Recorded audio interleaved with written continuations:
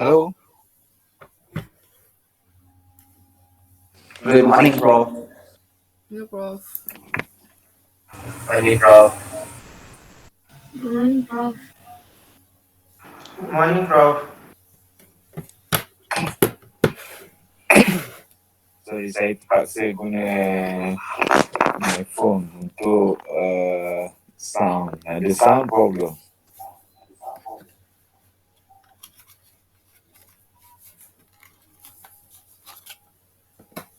Hello. Oh, kenapa dah bunyi? Hello. Ada, Prof. Sekejap eh. Okay, Prof.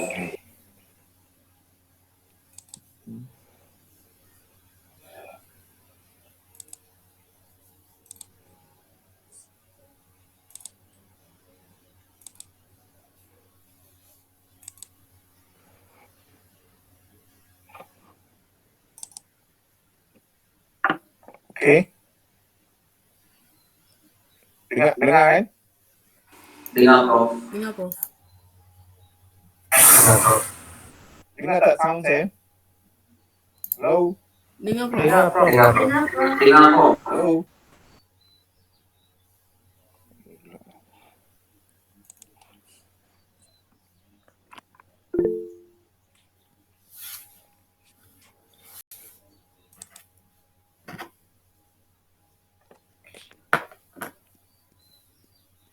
Hello.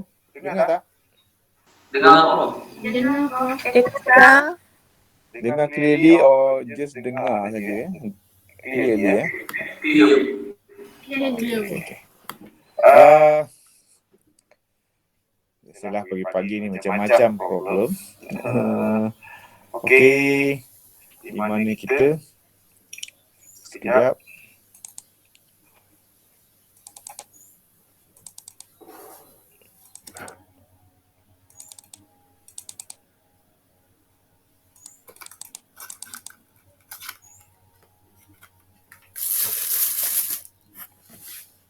Okey. Hari ini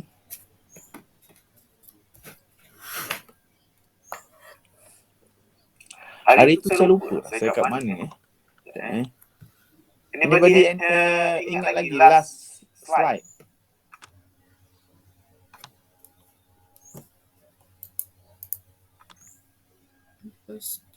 Oh.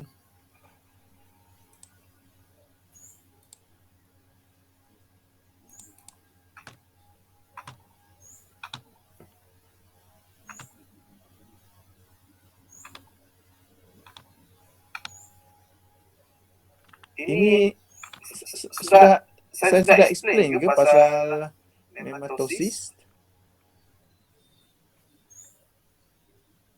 Hello? Belum, Prof. Belum.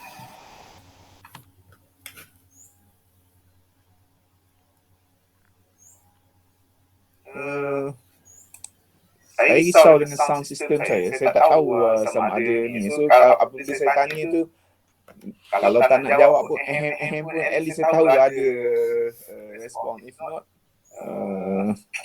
susah saya nak predict.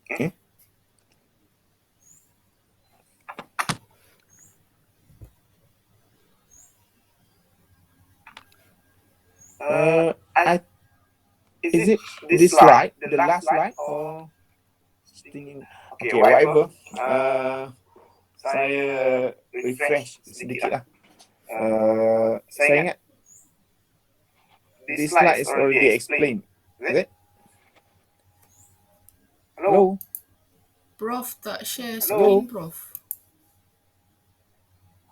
Prof, That's why itu saya perlukan your response. Kalau tidak, saya seorang-seorang saya tak ni. You teruskan juga, saya pun teruskan juga. Jadi susah nak ni. So at least saya tahu apa yang berlaku.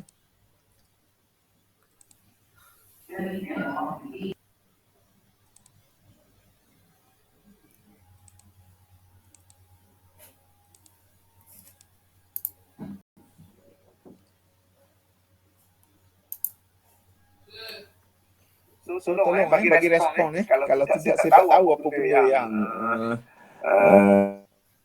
happening dekat you all connected or slide saya tak connect. Saya tak tahu. Okey. Nampak Tak tak? nampak, Prof.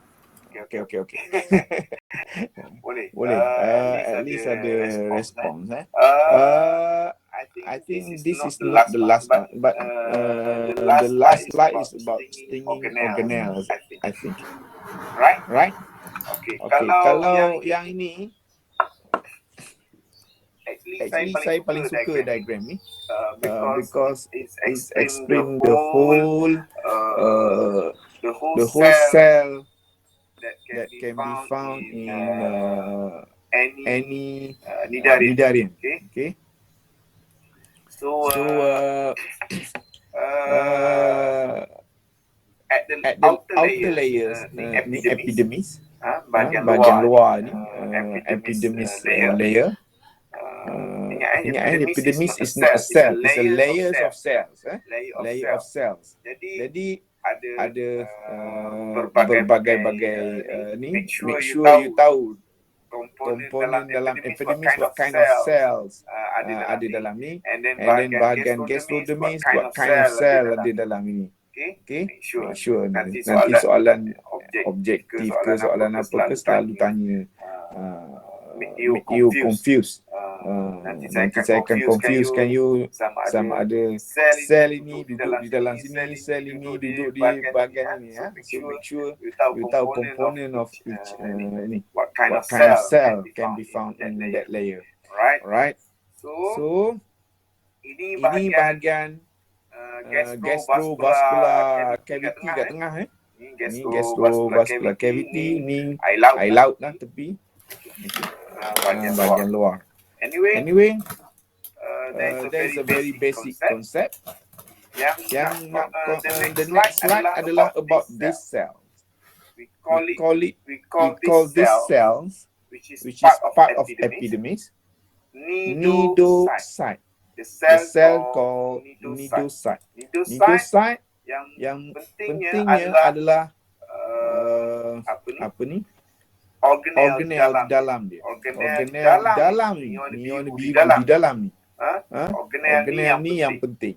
Dan shape of the nidocyte itself. Saya akan explain ini. You boleh baca ni later on. Ini the same slide macam tadi. Okay, we zoom in on this cell nidocyte. The first one, shape of nidocyte. Di dalam ini ada nucleus dia. Ini nucleus of the nidocyte. Shape dia macam ini. Ini bukan not just one. Diagrammatically dia just satu saja. Because most of epidermis epithelium muscular cell ni paling banyak. Walaupun paling banyak ini million of cell of ini pada epidermis, tetapi yang ini pun bukan satu, dia pun banyak. Mungkin ada beribu di permukaan dia. Okay, ini sangat halus. And then shape dia macam ini. Inside of the cell ini, not inside the cytoplasm, tetapi inside macam ni. Okay. Ada ini. They have what we call nematosis. Nematosis macam ni. Ini apa ni? Ini bukan rambut, tapi ini adalah coil. Coil ada macam ni. Kalau dilepaskan dia ada macam ni. Shape ni. Tajam macam ni, and then ada barb, ada paku-paku tajam-tajam macam ni. Okay. So macam mana dia dikeluarkan? Ni ada nidosil ni. Seal ni. Ni sebenarnya macam trigger. When anything touch it, barulah benda ni di reject keluar. Ditendang di apa tu? Trigger keluarkan nematosis ni. Nematosis keluar apabila bahagian ini disentuh ataupun ditekan, Kalau tidak keluar lah. Okay. So, tetapi dia bukan satu. Di seluruh tubuh, seluruh tentacles tu ada banyak. So, chances untuk touch the trigger tu sangatlah mudah. Okay. Ni akan trigger out. Benda ni boleh penetrate dalam tisu victim. Prey dia katalah jellyfish ke banyak tentacles di sekeliling tu, lalu anak-anak ikan kecil, and then tertouch, of course lah, dia bukan attack, tetapi accidentally ikan tu tersentuh ni. Ikan tu saiz dia tentulah sangat besar kan. Okay. Ini cell level. Jangan kata ikan besar ni pula, bukan. Ikan sangatlah besar. Katalah tapi chances untuk terkena trigger ni memanglah tinggi sebab trigger ni ada banyak di seluruh tentacles. Katalah ini bahagian tentacles. Seluruh tentacles tu ada benda ni. So touch dia akan keluar. So berapa banyak? Satu sel ada satu nematosis, tapi ada beribu-ribu di sepanjang tentacles itu. So dia akan paralyze, masuk dalam boleh masuk dalam apa tu, tisu target mangsa tadi. Okay, akan paralyze sebab ada chemicals tertentu yang toxic yang akan boleh paralyze and then dia boleh bawa dengan tentacles tu kepit masuk dalam mulut untuk makan dan so on lah. Itu one of the cara. Satu cara lagi adalah untuk protection. Tetapi at the same time boleh juga digunakan untuk pemangsaan. Okay. Ini adalah macam mana. Ini adalah nodocyte keluar. Dia macam ni. Ini prey ni. Prey ni can be plankton yang halus-halus. Okay. Macam ni. Ada ni. Ni macam ni lah. Banyak ditekan je akan pancutkan benda ni, and then dia akan keluarkan. Dia bukan tendang terus. Dia masih duduk di dalam ini. Bukanlah dibuang. So kaedah dia lebih kurang macam ni lah. Okay. We move ahead tentang the next thing about how they feed or gain the food or organic materials untuk food. Feeding methods dalam nidarian can be carnivorous. Kamu mungkin anggap carnivorous macam biasa, mereka menggunakan taring, kuku, whatever kan. Itu adalah haiwan tinggi, haiwan mammals and so on kan.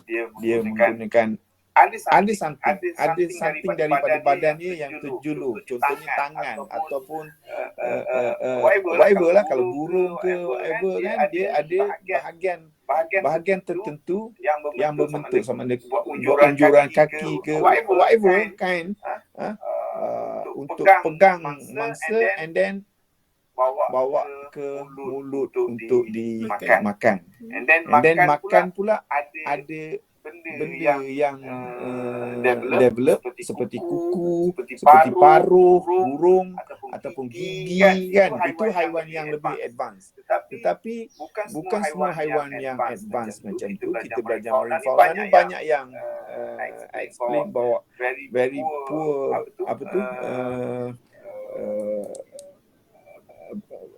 relatively primitive, okay, not so developed as terrestrial animals and so on. Okay.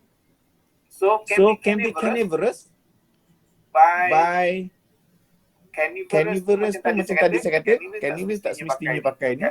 Janji dia dapat makanan hidup, another animal. Okay, that is considered carnivorous. Sama ada ni menggunakan stinging apa tu, organelles tadi, masuk itu pun carnivorous juga. Alright. Suspension feeders lebih banyak lah. Suspension feeders ni lebih banyak jenis haiwan, spesies-spesies dalam Nindaria ni menggunakan kaedah suspension feeders untuk feed the whether particles or live food like small zooplankton, up to small fishes. Ni target ni lah. So can be even zooplankton pun can be dimakan secara carnivorous by Nidarian. Up to small fish, setengah fish pun boleh dimakan secara carnivore. The rest makan particulate materials yang lain yang dibawa masuk dalam badan ataupun zooplankton whatever dah mati whatever, and then boleh masuk dalam mulut. Okay, itu agak detail. More important things adalah how they digest. Once dah masuk dalam mulut, once dah ingested, bukan ingested lah. Once they put it in the mouth and then masuk ke dalam gastrovascular cavity. Masih ingat lagi di slide? Ini mulut somewhere else kan? Dimasuk dalam rongga ni, dalam rongga gastrovascular cavity. There is many cells yang akan produce enzyme. Macam our perut lah. Our perut, our mulut, our esophagus and so on sampai ke ni ileum dan sebagainya. Banyak sel-sel ini yang produce the enzyme. So enzymatic reaction berlaku in the lumen, not inside the cell, not inside the cytoplasm. Okay, digestion. Ingat digestion apa dia? Digestion is cutting down the food particles for absorption. Macam tu juga, sama juga macam haiwan, macam advanced animals. Digestion di luar and then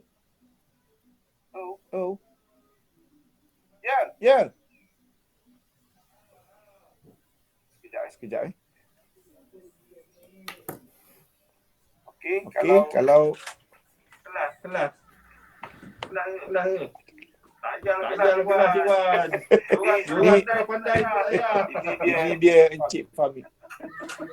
Orang dah pandai dah tu. Tak payah Iwan. Ini dia Encik Fahmi dengan Prof Zaidi. Dia tahun berapa ni? Tahun 1. Dia orang tak kenal. First time dia akan kenal macam buku samping ni. He's very handsome and very good man. Okay. Nanti kamu akan jumpa dia banyak kali because dia adalah handle kursus 1212. You dah 1212 you dah ada lecture dengan Prof Zaidi kan. So dia akan handle ni sebab dia instructor of diving. Nanti dan juga pegawai sains kita yang urus kerja lapangan and so on. You are familiar dengan this guy nanti. Alright. Okay. Sorry. Coba. Alright. To continue.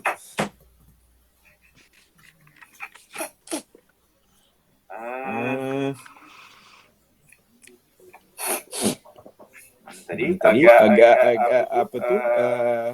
So kita nak panggil dia internal intracellular ke extracellular? Banyaklah. Itu dah tanya lagi. Extracellular or intracellular digestion. Extracellular. Okay, full mark semua. Tetapi capability of cells still ada untuk melakukan intra ataupun mungkin secara pinocytosis and so on. Tapi apa yang kita nak mention adalah sudah berlaku extracellular digestion because of ada proper gland cell yang produce the enzymes on dalam tu. So sebab dia sudah advance. Where are we? Okay. So Masuk ingat Fagus saya tahu ada yang some food ada ada special special cell cell melakukan melakukan intracellular. Okay, Okey, most most of ni ada macam saya mention tadilah. Tetapi Tetapi kena ingat satu hal lagi. saya ada mention about dalam nidaria, all the nidaria, dia ada mulut as as an opening to anything to come in inside inside the body. But But at the same time, they also they don't have any other exit, any other opening for exit. Makanan Masuk dalam tu, and and then then waste dia nak keluar, dia dia tak ada buat buat pinggang, dia tak ada anus and so on. There is no such thing. Okay. So how about the waste? Waste we need to expel. Kan benda tu kan kena buang keluar. Benda tu kalau tidak toxic to the body. So how they going to buang all these things? Discharge of this thing. Lalu mulut juga, Prof.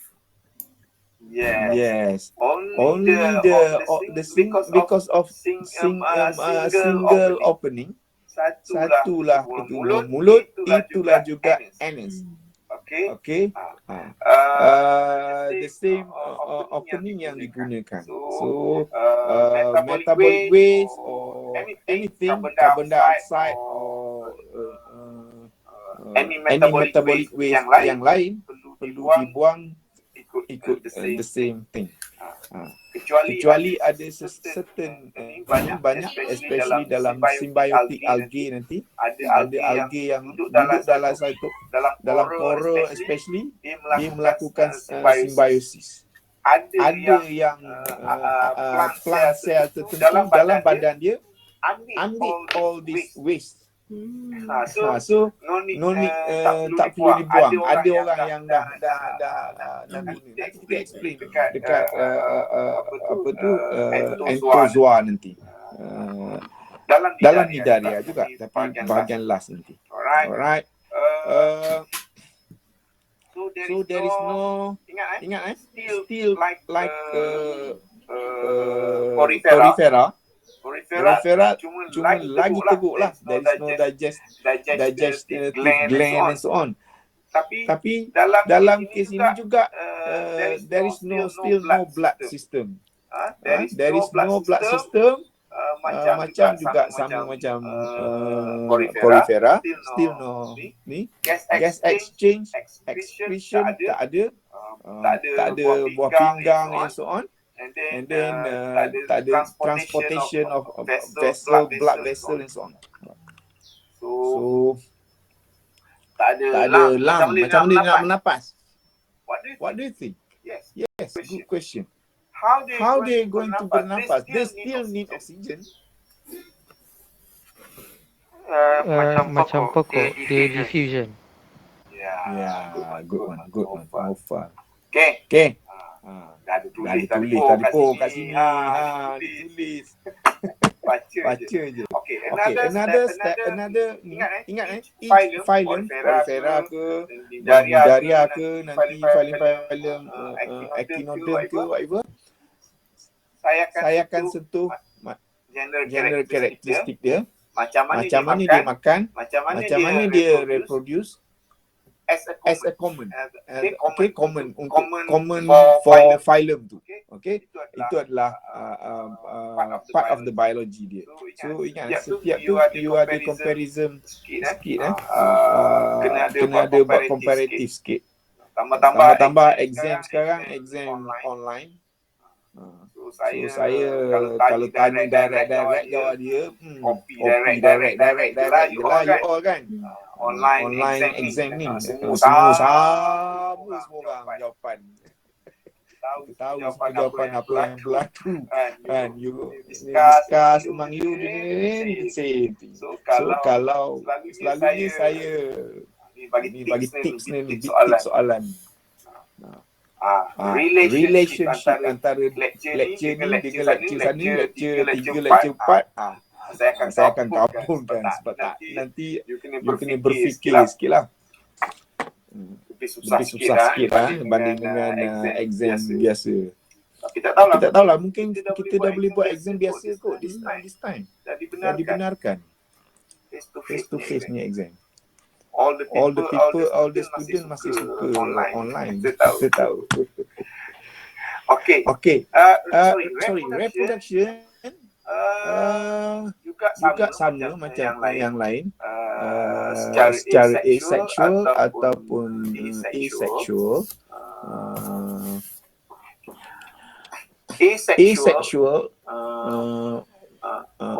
Once again saya kena repeat lagi juga berkenaan dengan perkataan reproduction ini. Reproduction ataupun dalam bahasa Indonesia dia perbiakan.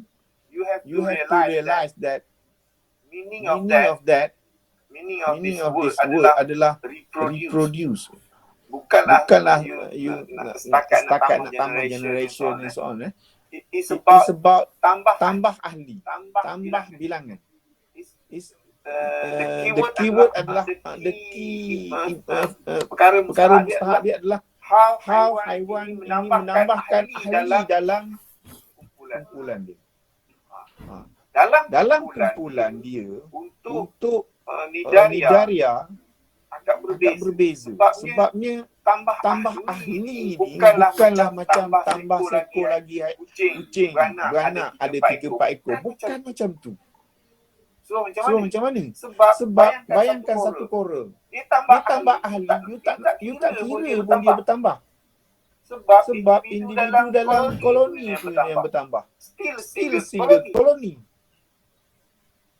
Satu pokok tambah cabang daun. Nak kira dua pokok ke? Daun dia daripada satu jadi 100 daun. Seolah-olahnya itu analogi, okey? Saya akan terangkan lagi, okey? Itu maksud sexual reproduction ini can be anything yang produce, can be tanpa sexual, tanpa fertilization, tanpa persenyawaan. Okey? So dia bertambah ahli, janji tambah ahli. Can be secara budding, secara budding paling common the most dia tumbuh tepi sama ada kemudian selepas tumbuh tu dia split ataupun dia still kat situ. Itu adalah cara sexual, we call it paling dalam nidaria is sexual lah. Walaupun ada fragmentation and so on secara dia berpecah macam tu, pecah daripada koloni and so on. Kalau ada kumpulan-kumpulan itu ada ni saya akan sentuh jugalah, saya akan beritahu. Okay. Another one is common one which is sexual reproduction. So keep repeating asexual and sexual. Ada yang bertanya saya apa dia dioecious, gonocori, hermaphrodite macam tu kan. Ada yang message kat saya. Actually lain kali better hantar soalan dekat group so everybody can share. Bagus juga. Sexual meaning involvement of this gamete means egg or sperm lah. Gamete jantan, gamete betina being produced by apa dia? Organ dia yang produce dia kita panggil gonad. So must have a gonad ataupun dalam setengah haiwan macam perifera, certain cell convert into egg. Certain cell convert into sperm directly. Pun ada macam tu. Tetapi still consider sexual reproduction. Penambahan ahli melalui fertilization. Okay, itu adalah sexual. Sama ada produced by either dioecious or hermaphrodite parent. Apa dia ni? Dioecious maksudnya dioecious dua lah, ada jantan dan betina. Macam ni nak explain Kalau hermaphrodite maksud kita kita belajar saya rasa kan hermaphrodite ni apa kan. That's why dia orang tanya saya dalam ni. Hermaphrodite maksud dia ada jantan dan betina pada the same individu kan. The same individu. Itu adalah haiwan yang besar. Tetapi dalam somebody nak masuk saya tak ini apa tu.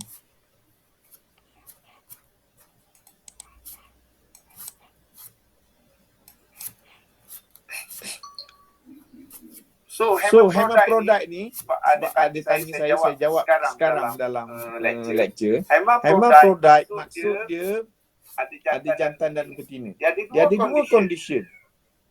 Satu at the same time dia boleh produce jantan dan boleh gamet jantan gamet betina at the same time. Itu kita panggil simultaneous hermaphrodite. Satu lagi kita panggil dia sequential hermaphrodite. Dia hermaphrodite juga. Tetapi at one time dia tu jantan, pada masa yang lain dia betina. Maknanya dia pada satu masa dia ada satu gonek. Tetapi dia berubah next time badan dia tu ada gonek lain. Ada gonek betina pula.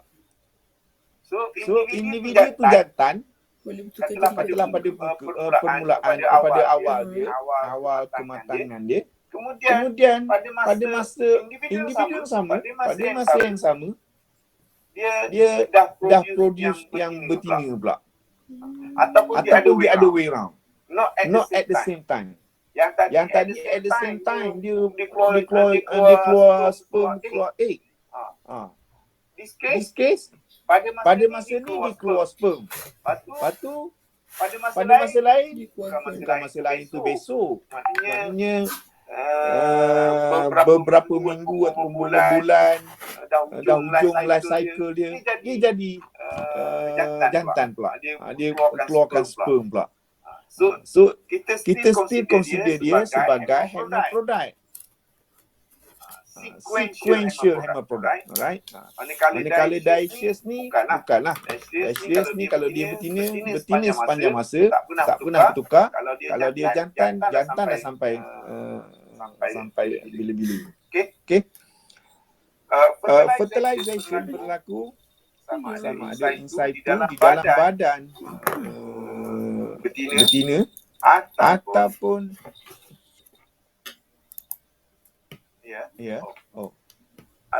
ex situ. Okay. In situ ni saya rasa dah sentuh ke tidak? Ada gambar yang tunjuk release the sperm and so on. Sebab selalunya dalam marine organism ini, marine animal especially Cnidaria juga macam ni, macam Porifera, they are releasing their gametes dan fertilization berlaku di dalam air.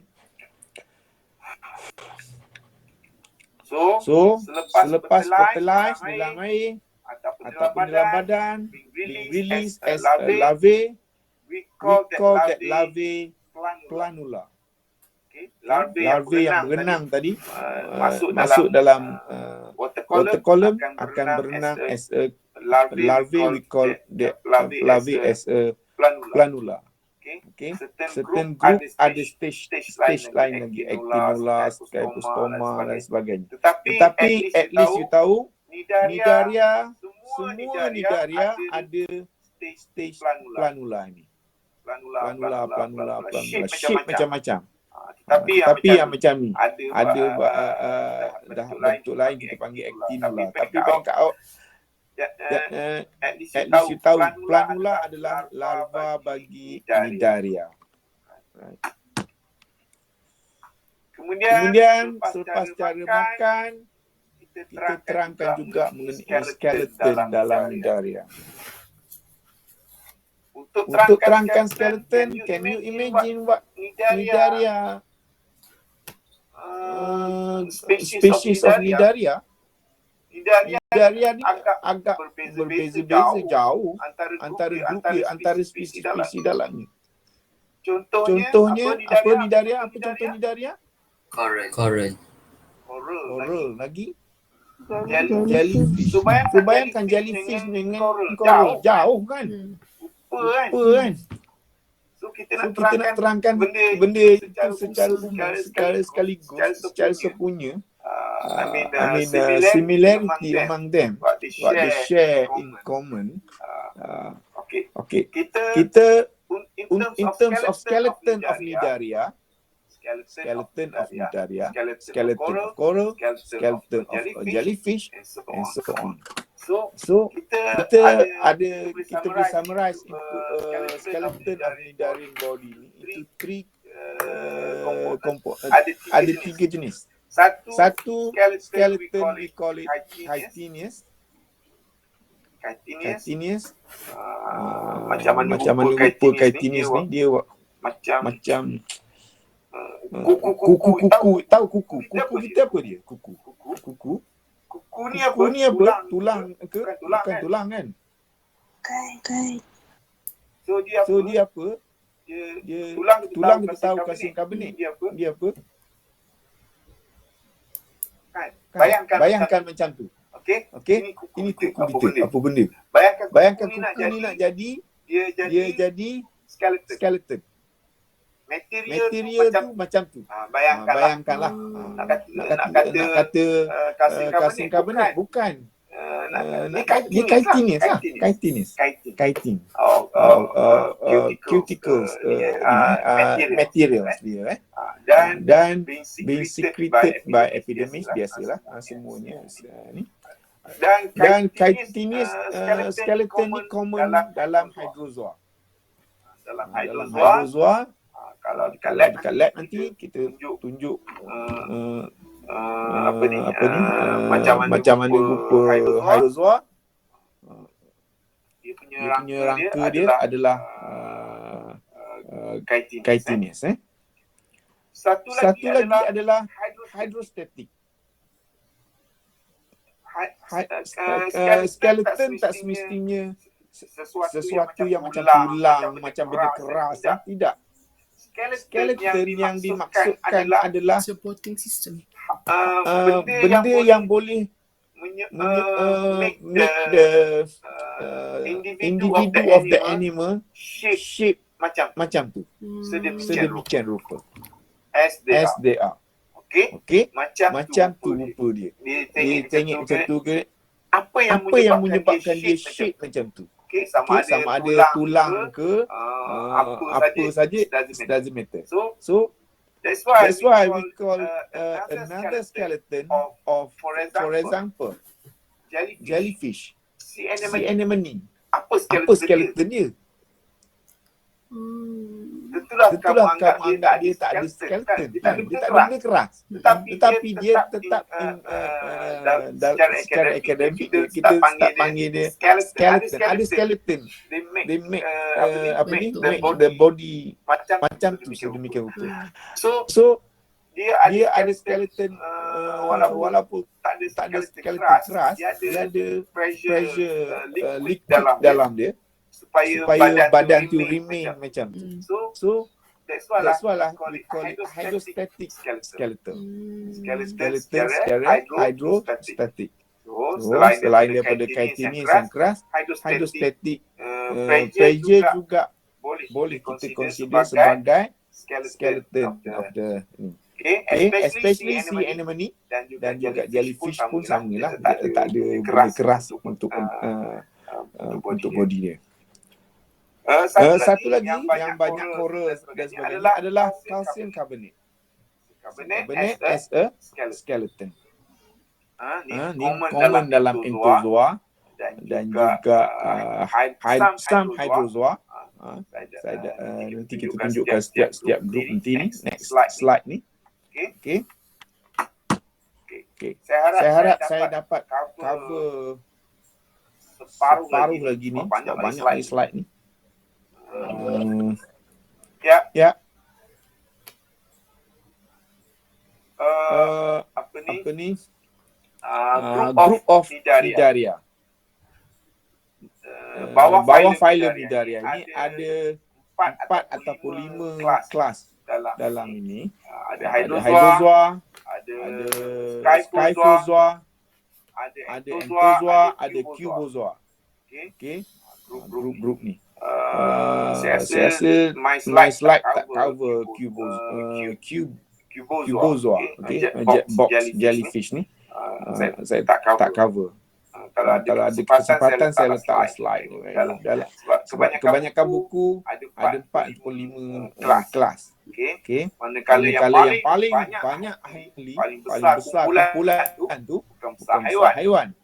paling Paling banyak most diverse adalah entozoa entozoa, paling banyak ahli dia. okey. Okey.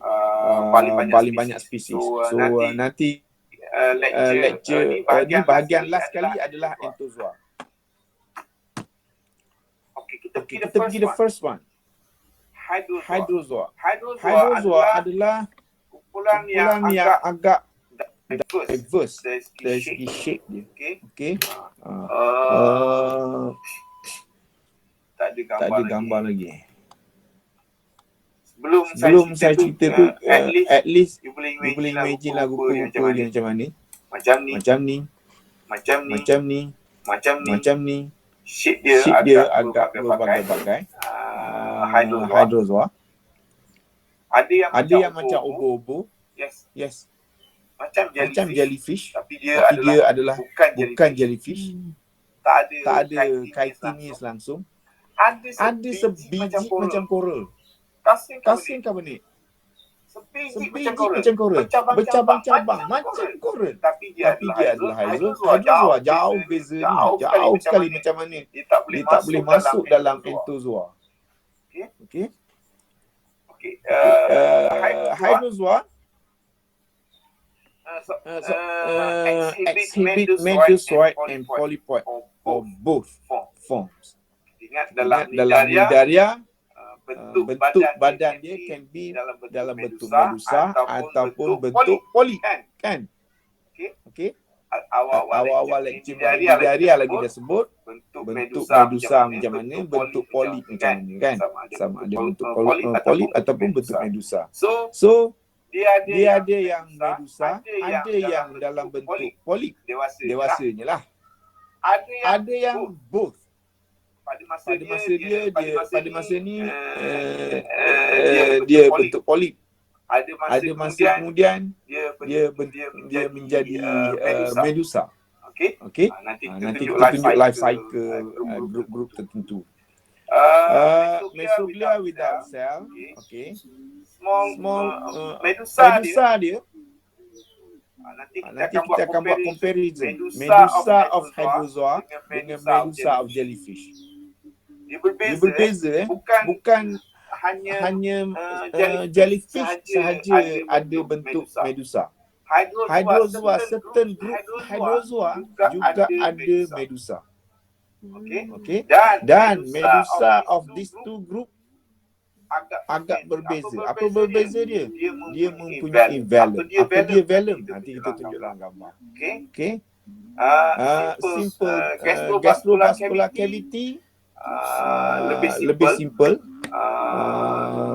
berbanding dengan especially dalam polip. Kalau dia ada polip hydrozoa dengan polip entozoa berbeza tanpa ada what we call it septa ataupun lipatan dalam badan dia.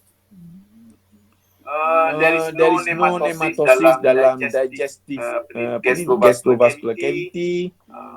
Sebab dalam certain corals ada benda ni. So nak bezakan lah. Ini special for hydrozoa. Kalau dia polip, dia ada beza dengan polip another group. Solitary, satu individu satu ni ataupun dalam bentuk koloni. Ada juga dalam koloni. Kebanyakannya koloni. Koloni with app-oral connection via stolon. Apa dia stolon? Tunjuk dalam gambar nanti. Okey. Susah saya explain. Ini you tak boleh bayangkan saya rasa. Saya tunjuk gambar lah. Ini adalah sorry, belum tunjuk belum gambar tunjuk lagi. gambar lagi. Next Next slide slide adalah tentang classification. Saya tak nak, saya bukanlah niat saya suruh nak ingat nama, no. Saya dah ada pengalaman, pelajar memang tak tahu nak ingat nama. Saya rasa tak fair nak ingat nama kumpulan taksonomi ini agak banyak. At least you tahu benda yang saya bagi penekanan. Alright. Actually dua grup ini yang paling mustahak, yang paling common untuk the first group ini, Obelia dan Hydra ni yang paling common. Okay. Saya akan tunjukkan gambar pun yang Obelia dengan Hydra ni. Yang common lah. Satu lagi kumpulan adalah common juga, tapi tak common di Malaysia. Ada pelajar yang bertanya saya gitu pasal Newton ke apa benda. Ning Phacelia. Ni nanti saya tunjuk gambar ni. Satu lagi adalah ini. Yang rupa macam coral. Biji macam coral. Fire coral and so on. Okay. So hydrozoa ni ada yang rupa macam jellyfish, ada rupa yang macam coral. So agak berterabur dari segi shape untuk kumpulan hydrozoa. Okay. Dia ada yang polyp, ada yang membesar, dia bercampur-campur. Depend on species. Okay. Depend on classification. Okay. The first one. Hydras. Hydra ni juga saya rasa you dah belajar ni. Bukan dah belajar, at least dah disebut dalam textbook dan sebagainya. You dah pernah tengok lah nama ni. Saya rasa dalam textbook tingkatan 5 pun ada ni. Tapi tak pernah ditunjukkan live whatever. Kalau tengok dekat YouTube, you boleh buka YouTube selepas ni. Search kat YouTube Hydra macam-macam. Kadang-kadang ada yang dekat budak-budak sekolah buat video. Itulah beza bukan nak puji Mak Saleh European American, bukan nak puji ni, ada kita tak suka kan, tapi satu benda lah kadang-kadang being exposed by teacher already. Dia punya cikgu pun dah tunjuk dah dekat sekolah lagi, dia tunjuk live. Kita still menghafal dalam buku benda. Kita rasa benda ni seolah-olah pelik. Senang je sebenarnya. Tapi mungkin tak ada masa. Kita ada banyak program. I don't blame the teacher lah. Okay. Hydra ni banyak yang jenis Hydra ni.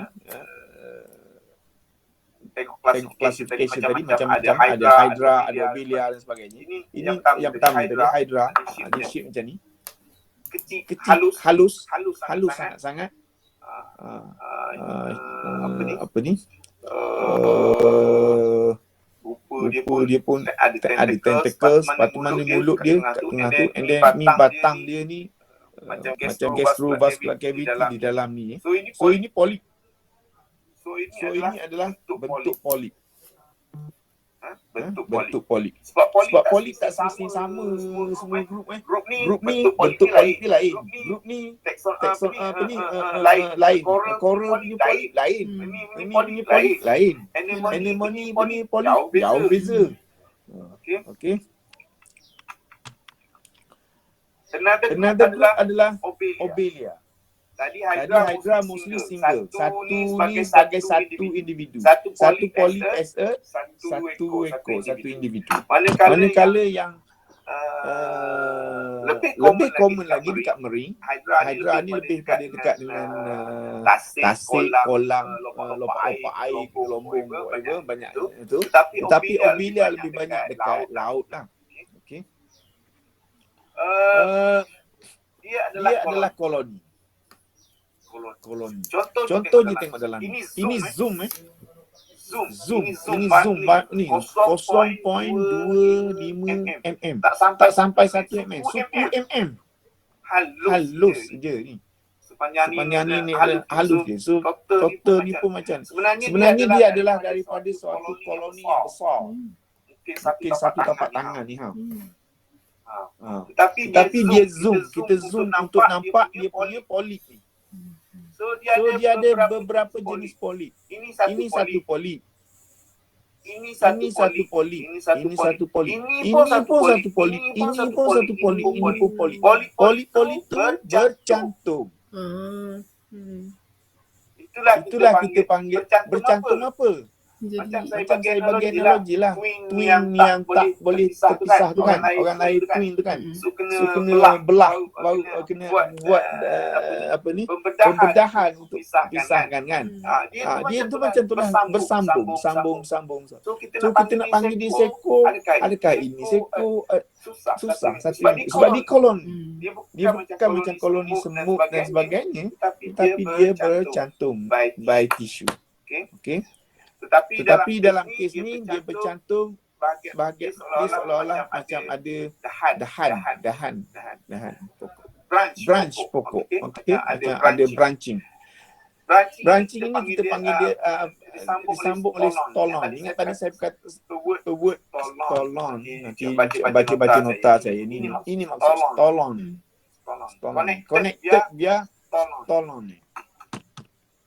Okey. Jadi nak ceritakan kebanyakannya polip macam ni. Tetapi ada setengah-setengah polip bentuk lain. Bentuk dia macam ni. Yang teka ini kita panggil dia gastrozoid. Ini polip. Ini kebanyakannya, maybe 90% dalam koloni itu adalah in. Banyaknya yang ini. Tetapi kita zoom yang ini sebab ada sedikit yang macam ni. Iaitu kita panggil dia polip ni gonozoid. Yang akan produce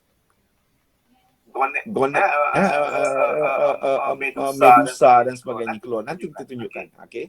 Tapi ada beberapa jenis polip dalam koloni itu. Okay? Life cycle of Obelia. So let's say ini pun ini ada besar lagi. Ini zoom juga ni. Diagram ini cerita macam mana reproduction dan life cycle dia. Ini gonozoid tadi. Ini lagi gonozoid. Ini tadi ni gonozoid. Walaupun dia tak banyak, sebenarnya dia beribu 90 or 95% adalah jenis ini. Polip jenis ini. Tetapi ada beberapa polip sedikit sangat yang reproduktif polip ni kita panggil. Reproduktif polip. Yang lain tu polip untuk buat paket makanan dan sebagainya. Lepas tu dia akan share melalui sambungan tisu tu. Okey? Jadi reproduktif polip ini dia akan nampak ni kuning-kuning ni. Apa yang dia pada masa tertentu, pada masa yang dia nak membiak, dia akan release the medusa ni. Ini satu medusa ni ready untuk release. Dia release dalam air laut. Release dalam air laut medusa sama ada female medusa ataupun male medusa. Can be from single gonozoid. Okay? Ataupun different gonozoid dalam koloni itu ke whatever. Dikeluar ni medusa ni akan produce the ovum and sperm. Alright? So dia tak produce. So koloni itself, body koloni ni tidak produce the sperm. Ovum. Tetapi dia release medusa dulu untuk produce the ovum and sperm. And then berlaku fertilization, pembentukan zygote, blastini, sampailah satu stage kita panggil planula larvae. Okay? Planula larvae ni akan berenang, dibawa oleh arus, drifted by current, and then sampai satu masa dah ready, dia akan settle down. Dia berenang ke bawah, settle down dekat substrate. Any substrate yang sesuai, dia akan membentuk polip baru. And then berlaku penambahan ahli Penambahan ahli ni pun kita panggil asexual juga. Body. Tambah ahli. Okey. Ini adalah penambahan secara seksual. Ini penambahan secara asexual lah selepas tu. Tambah ahli. Right? So tu kita kata ni. Dia tetap satu single tapi dia tambah ahli. Tambah ahli tapi dalam koloni. Okey. Apa beza yang ini medusa ni dengan jellyfish? Kita akan ceritakan dia beza medusa ni dengan medusa of jellyfish. Jauh beza. Okey. Medusa of kalau obelia ni jelaslah dia kecil. Sangat kecil. Beberapa saiz kecil. Kita tengok tak nampak mata kasar. Saiz dia kecil. Apalagi lah sperm ni kan lagi kecil. Tetapi ada yang besar. Ini kumpulan lain, bukan obelia. Bagi Gonionimus ni, sebab dia hydrozoa, medusa juga. Medusa dia still selagi dia duduk categorized by hydrozoa, dia still berbeza dengan jellyfish. Ini jellyfish.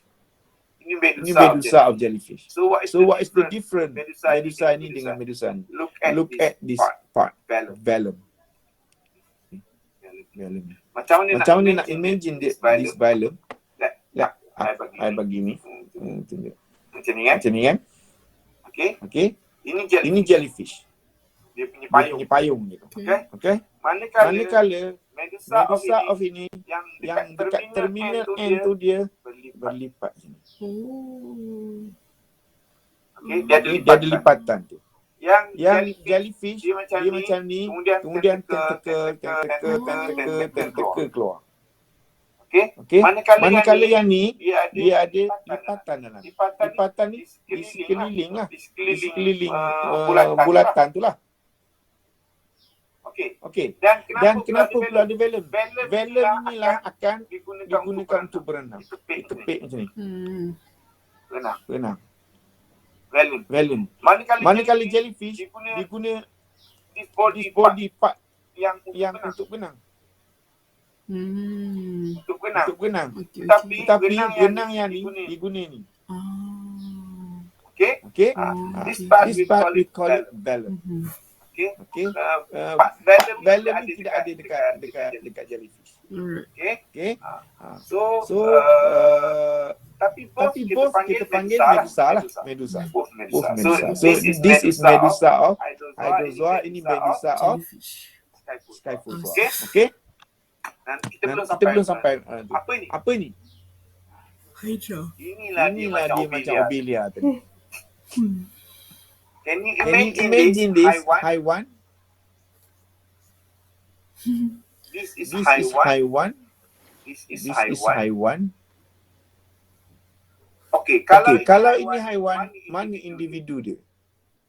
Seko tu mana? Adakah ini seko?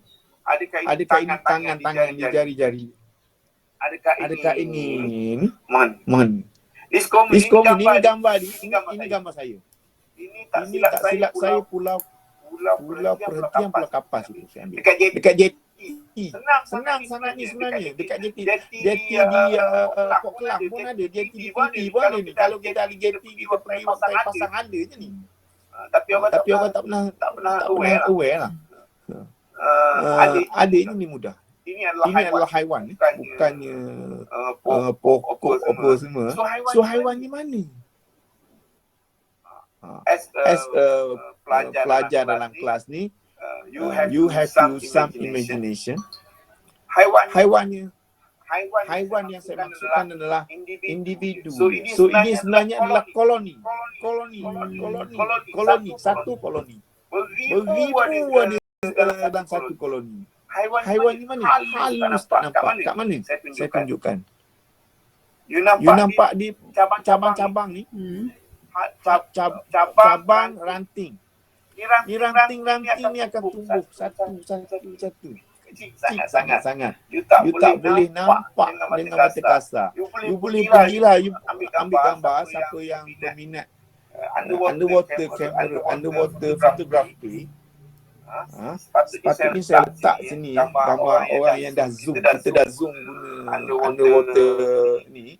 Kita panggil makro. Makro ni untuk kamera makro yang sangat rapat kita boleh tak. Saya ada kamera makro. Tak adalah mahal sangat kamera tu. Siapa yang minat ambil gambar underwater memang selalu kena marah lah. Sebab apa? You spend terlalu lama dalam air. Orang semua tak suka saya diving. Sebab saya berhenti lama sangat. Orang lain nak tengok ikan. Saya duduk berhenti kat sini. Saya ambil letak dekat semua. Apalah cik buat. Malas ikut dia. Dia orang selalu dah cabut lari, dah pergi tengok orang lain. Saya duduk still kat situ. Sebab nak tengok benda yang ni memang remeh sikit lah. Okay? So kancing ni, bayangkan sini ni, dekat ujung-ujung ni lah nanti polip-polip akan keluar. So satu koloni ada beribu-ribu polip yang kecil-kecil. Okay? Oh sorry, ni pulau tinggi ya. Pulau tinggi. Yang ni pulau tinggi. Saya tak pasti dua ni. Saya ini daripada internet lah. Okay? Itulah dia hydrozoa. Okay? Nak cerita hydrozoa je. Belum habis lagi hydrozoa. Ada lagi hydrozoa. Ni. Ini pun hydrozoa. Yang ni pun hydrozoa. Iaitu kumpulan lain. Tadi dah ini. Hydrozoa. Opilia. Lepas tu jauh beza. Tapi still hydrozoa. Yang ini kita panggil Physalis. Ataupun common name dia Portuguese Man of War. Nasib baik tak ada dekat Malaysia lah. Sebab banyak rekod dia di Australia, di pantai Australia. Pantai peranginan dia kadang-kadang datang ada menyebabkan kematian. Sebab dia macam jellyfish lah efek. Stinging effect dia macam jellyfish. Sometimes kata dia lebih powerful daripada jellyfish biasa. Yang ni kita tak panggil dia jellyfish yang pertama. Sorry, kita tak panggil dia, nak panggil dia plankton, tak plankton. Panggil nekton. Dia bukan duduk dalam air, sebahagian dalam air, sebahagian kat luar. Ini yang dipanggil Houston. Tak silap saya ada pelajar yang bertanya, yang hantar mesej dekat saya pasal Houston. Ini contoh Houston lah. Dia tak duduk dalam air, sebahagian dalam air, sebahagian kat luar. Okey. Dia adalah medusa dan sebahagian ni berbentuk polip. Dia tentacle house of polyp and medusa, we call it modified medusa. Medusa dia tak macam medusa biasa. Medusa biasa macam payung kan. Dia tak macam payung sangat. So dia seolah-olah macam polip terbalik. Macam itulah. Polip ke? Tentacle susah juga nak bayangkan. Okay. Anyway, secara umum you nampak macam ni lah. Okay? Ni dah tersadai dekat pantai apa semua. Tapi efek dia macam jellyfish. Stinging macam jellyfish. Next group of hydrozoa lagi pelik. Dia macam coral. Tu dia. Sebiji macam coral biasa. Tetapi dia adalah hydrozoa. Kenapa? Kita tengok polip-polip ni. Ini polip ni. Satu polip ni. Polip dia kurus macam ni. Which is kalau kita zoom dekat dia punya ni, dekat dia punya rangka dia, permukaan skeleton dia yang dah mati. Sebab polip akan keluar daripada satu lubang. Tak sama langsung macam coral. Nanti kita tunjuk macam mana rupa coral, nanti kita tunjuklah the next group nanti. So permukaan skeleton dia tak sama langsung, walaupun secara keseluruhan dia macam coral. Ini coral sebenar. Tapi ini bukan coral. Macam mana? Okay. Ada lagi tidak dalam saya tak pastilah ada. Saya rasa ada lagi dalam lab. Saya kena check. Ada lagi sampel dalam lab. So bayangkan hydrozoa agak shape dia agak ada yang jellyfish, ada yang macam ni, ada yang coral. Itu semua hydrozoa. Hydrozoa ni berterabur sikit dia punya ini. Kalau macam ni jelas lah, paling mudah. Rangka-rangka apa tu? Chitinus ni. Wanita hitam jelas lah ni. Tolong ni Chitinus. Tapi ada yang hydrostatic. Ada yang calcium carbonate. Skeleton of hydrozoa. Okay. Saya harap saya boleh habis. Dah habis ni. 29 minit. Saya ada kelas.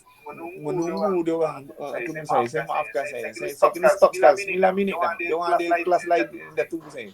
Okay, bro. Okey, jumpa besok Okay, thank you, Bro. Thank you, bro.